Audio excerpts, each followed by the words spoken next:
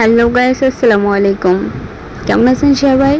আশা করি ভালো আছেন। আপনাদের দয়ায় আমিও ভালো আছি। আজকে শেয়ার করব, সাথে রান্নাও করেছি। আর আদরের দুটি কিউটি, এই যে খরগোশ, এই দুটোকেও দেখালাম।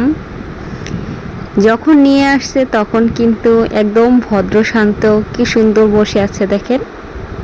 মনে হয় যে কিছুই বোঝে না এরা, কিন্তু পরে দেখা গেল যে এরা যে দৌড়াদৌড়ি করতেছে, এদের ধরেই পারতেছি না। দেখেন কি শান্ত হয়ে বসে আছে, মনে হতেছে যে এরা কিছু বোঝে না, একদম হাঁটতেই জানে না। কিন্তু পরে দেখলাম যে এমন ভাবে দৌড় দেয়, এদের সাথে আমি পারি না। তো যাই হোক, খরগোশ দুটো কেমন লাগে আপনাদের কাছে অবশ্যই কিন্তু কমেন্ট করবেন যে কেমন লাগে। আমার কাছে কিন্তু খুবই ভালো লাগে। আমার অনেক শখ ছিল খরগোশের, কিন্তু সেই আশা পূর্ণ হলো। খরগোশ দুটো নিয়ে আসছে। খরগোশ কিন্তু এদের ঘাস খাওয়াবো। এরা কিন্তু ছোট বাচ্চা, এখনো বড় হয়নি। যখন বড় হবে তখন কিন্তু সব খেতে পারবে। সব বলতে কলা, শসা, আলু, এইসব সব কিছু খেতে পারবে। এখন ছোট অবস্থায় এইসব দেওয়া যাবে না।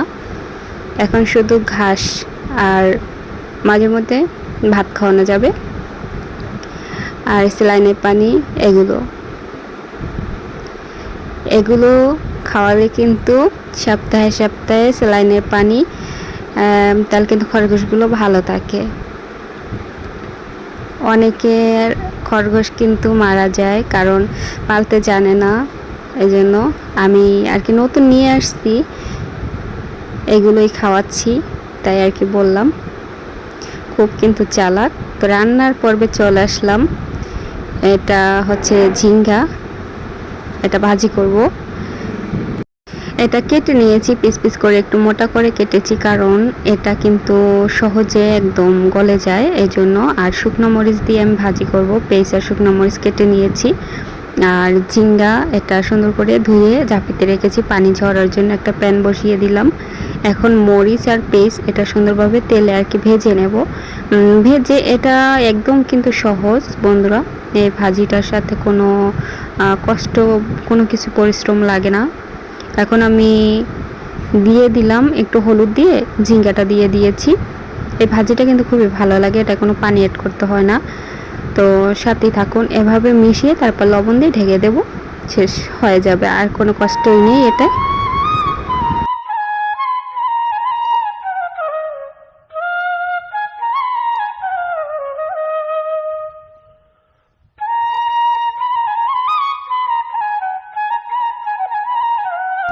আমি কিন্তু কোনো পানি অ্যাড করিনি, দেখেন কত পানি বের হয়েছে। এভাবে কিন্তু পানি বের হয়ে যাবে। আর ঢাকনা দিতে হবে না এখন। আর ঢাকনা দিলে হচ্ছে এটা গলে যাবে, খেতে ভালো লাগবে না।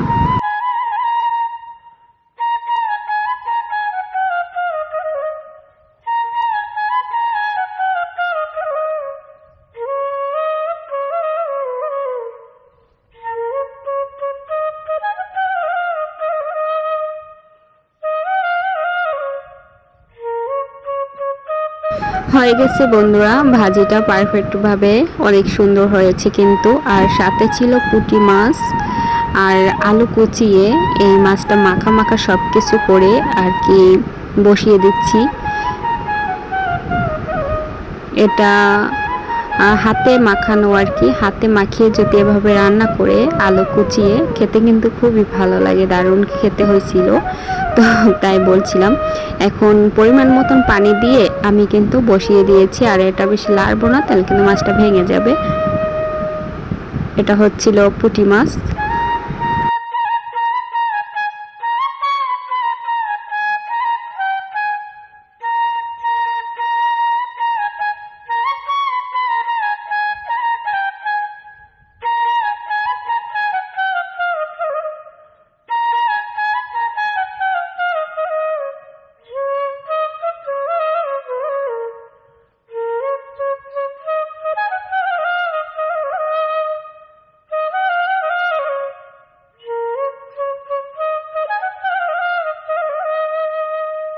সব মিলিয়ে আপনাদের কাছে কেমন লেগেছে জানি না।